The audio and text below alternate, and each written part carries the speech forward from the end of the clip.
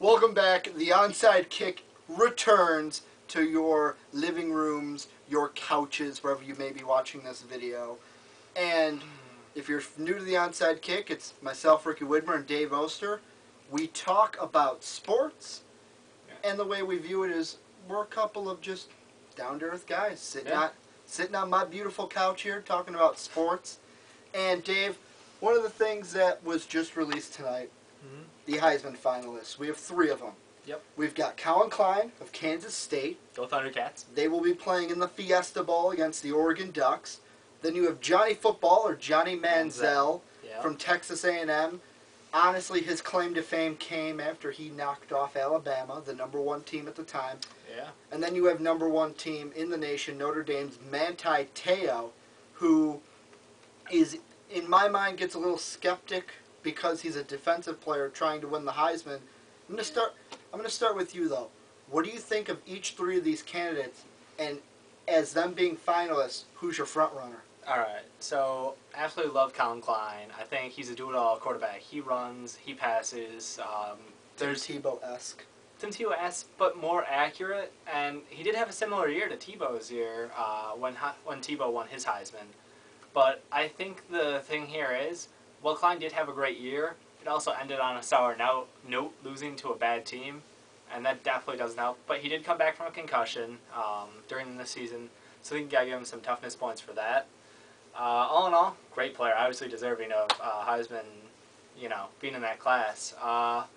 Johnny Manziel, freshman, very rare for a freshman to actually have a good chance. Usually it's always, they'll get it in next year, they'll get it in 2 years when they're an upperclassman. But Johnny Manziel has done an amazing job this year. Like you said, the Alabama game.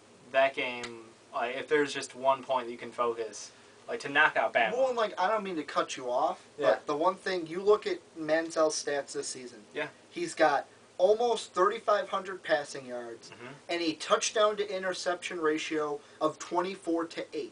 Yeah. I'm not going to go into the math and try to Extremely get smart. that fraction down to its smallest form, but 24 touchdowns to 8 interceptions for a freshman. Yeah. In the SEC, that's another thing. I know many people, that's a topic for another video if the SEC is so overrated. Yeah. But then Collin Klein, he passes, he throws. Just over 2,400 passing yards, actually 2,490, so closer to 2,500. I'll give you it. A touchdown interception ratio of 15-7, almost 2-1, very close. But he runs the ball also, 890 rushing yards, 22 touchdowns. And the one thing I've been saying all season, Dave, is I didn't really think about it until I saw, I believe it was Kenny Mayne, who did this thing on Saturday, the college football ESPN does, and they mentioned Tim Tebow, and they had mentioned Klein's religion, and I just go, wow, he is Tim Tebow without the, hey, I'm going to force Jesus down your throat. To put it more or less. there can be a similarity there. Yeah. But they play a similar style quarterback, and they're both very good people, at their core. And that is the new type of quarterback we are seeing. We've seen it from RG3 and Cam Newton, too. And Russell Wilson. Heismans. And Russell Wilson, and too. Wilson. Now, here comes the wild card, Manti Te'o. I think he's overrated. I'm throwing it out there.